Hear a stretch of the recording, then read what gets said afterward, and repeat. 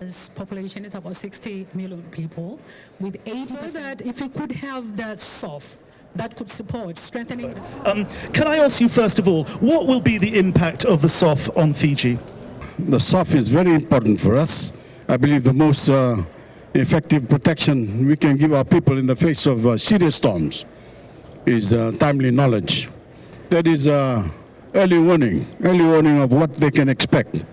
In decades and centuries past, many thousands of lives were lost in storms that are not as severe as the storms we are suffering today, simply because people had no advanced knowledge. They did not know when the storm would strike, how strong the winds of tidal surges would be, how long the storm would last, or how much rain they would fall. So they would be able to evacuate, protect their properties, or find shelter. Today, that is changed. Tell me more, if you don't mind, about the impact that SOF will have. Thank you.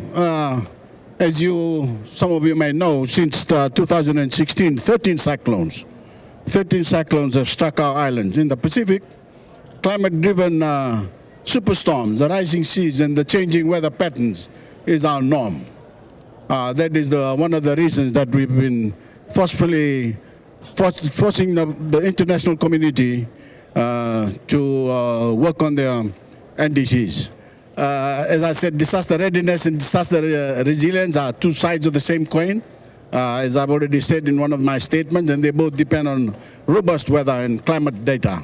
For this reason, we strongly support the SOWF, designed to support vulnerable countries like Fiji. Minister, I will have to cut you off there. Thank you very much for coming in and talking to us. Please.